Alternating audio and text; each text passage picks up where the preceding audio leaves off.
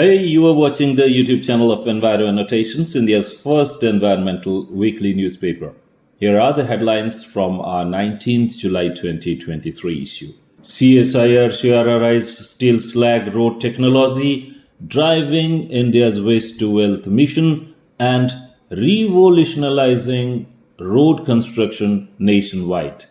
Union Minister of State for Steel Fagan Singh Khulaste, while participating in the industry meet organized under the 1 week 1 lab program of Central Road Research Institute CRRI, said that steel slag road technology of CRRI is playing a significant role in realizing India's waste to wealth mission.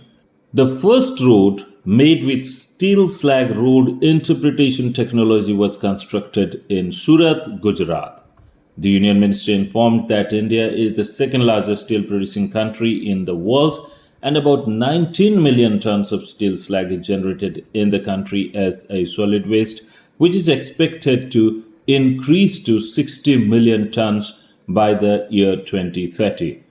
About 200 kg of steel slag is generated in 1 ton of steel production, which is about almost 20%. Dr. Jitendra Singh calls for affordable clean energy solutions at the 14th Clean Energy Ministerial and 8th Mission Innovation Meeting.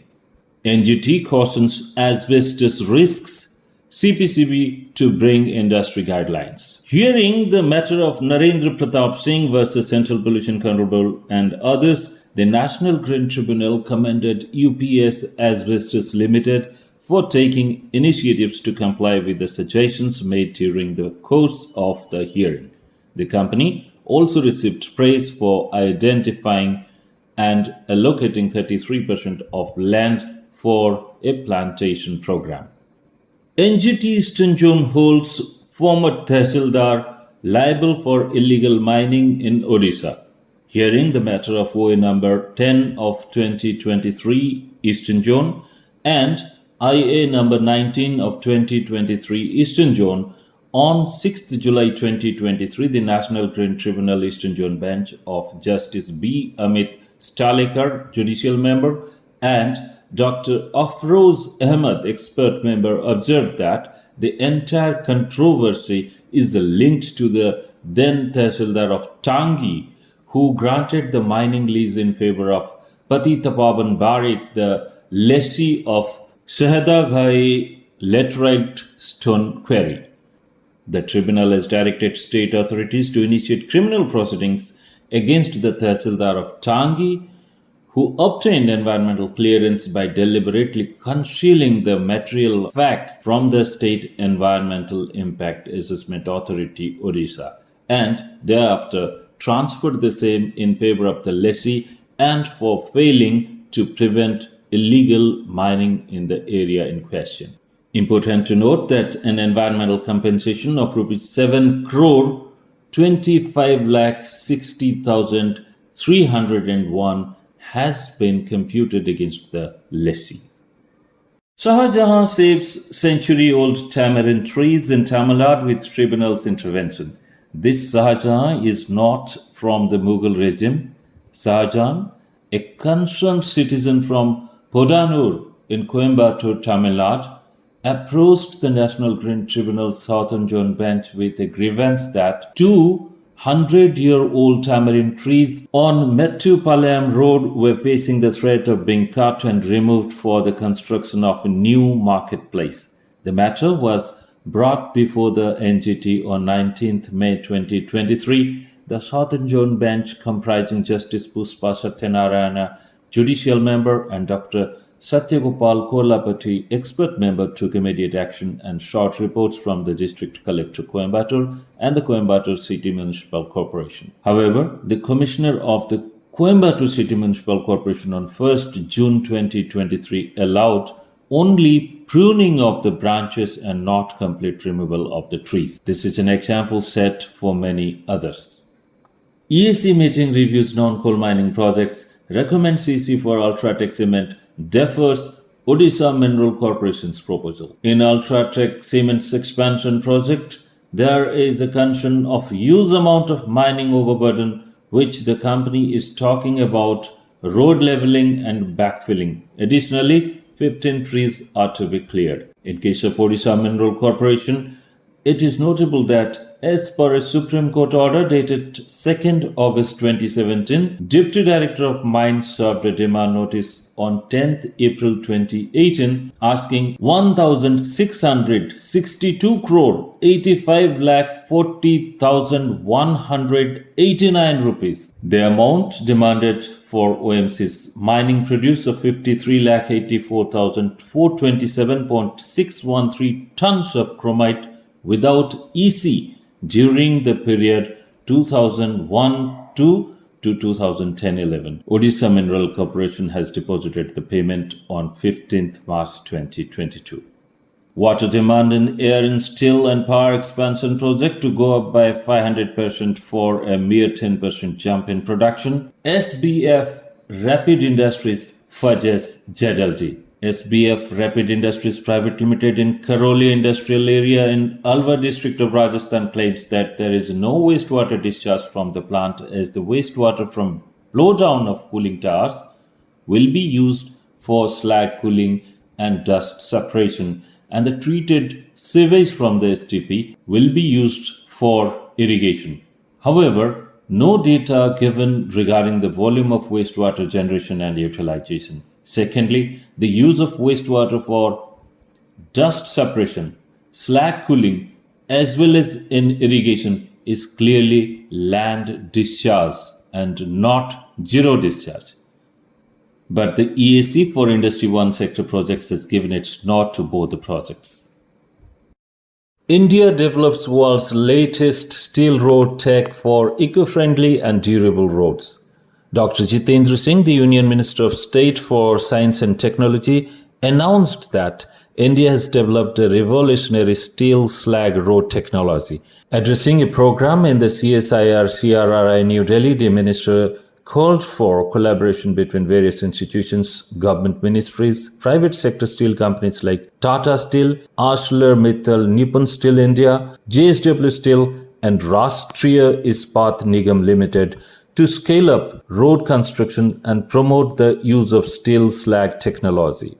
Key changes in wildlife conservation and ESZs in Jharkhand, Punjab, and Rajasthan.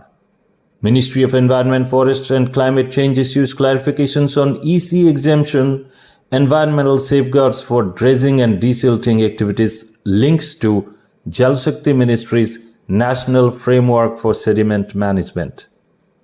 In Q&A, Kishan Karunakaran, CEO Biofuel, explains biofuel adoption key to reducing imports, enhancing energy security and cutting CO2 emissions.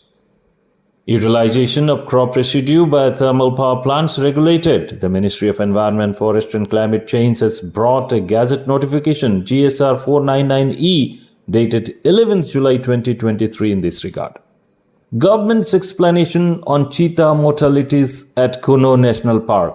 However, experts are not on the same page. International Symposium on Sustainable Livestock Transformation. The symposium was organized at National Dairy Development Board, Anand, with an aim to foster insightful discussions and deliberations on transforming the livestock sector into a more efficient and sustainable agri-food system. Harit Mahotsav, Directorate General of Goods and Services Tax Intelligence DGGI officers and Delhi University collaborate to preserve Aravalli ecosystem plantation of native and endemic species. Editorial opinion: India's Green Credit Program promising but imperfect. Another editorial opinion: India missed opportunity amidst heavy rains.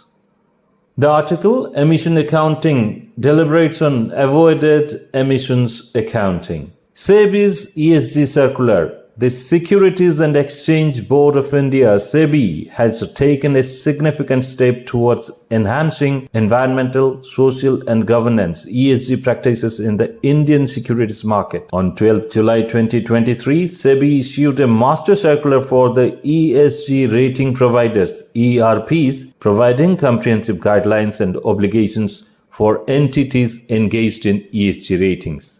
Sirius signs MOU with GEC for mangrove habitat restoration. Union Law Minister and Minister of State for Parliamentary Affairs and Culture Arjun Ram Meghwal advocates sustainability at two-day Global ESG Conference. Citizens across the Aravalli Range say a resounding no to the Forest Conservation Amendment Bills 2023. Government prepones last date for comments and suggestions on Green Credit Program draft notifications to 31st July. Delhi government approves notification to establish large industrial area in Kanjavala. Biofuel introduces sustainability dashboard to measure environmental impact of biofuel adoption. Delhi Zoo observes World Snake Day to raise awareness and appreciation for snakes. The National Zoological Park, commonly known as Delhi Zoo, marked the celebration of World Snake Day on 16th July 2023. India's focus on 100 million ton coal gasification by 2030. The Ministry of Coal aims to achieve coal gasification of 100 million ton coal by financial year 2030. Coal gasification will reduce reliance on imports of natural gas, methanol, ammonia, and other essential products. Currently, India imports about 50% of its natural gas, over 90% of the total methanol consumption, and around 13 to 15% of the total ammonia consumption to cater to the domestic demand. Mangrove plantation drive organized in Tamil Nadu under MISTI scheme. The Ministry of Environment, Forest and Climate Change organized a mangrove plantation program in Kovalam Panchayat, Chengalpattu district of Tamil Nadu. Union Minister for Environment, Forest and Climate Change Bhupendra Yadav led the plantation drive as a part of the Mangrove Initiative for Shoreline Habitats and Tangible Incomes MISTI scheme. The plantation drive is a part of the ongoing Hariyali Mahotsav with a focus on mangroves. Tamil Nadu has the second highest coastline in the country and is vulnerable to natural disasters like cyclones and storms. Chief Secretary Punjab seeks more time to report on floodplain mapping compliance.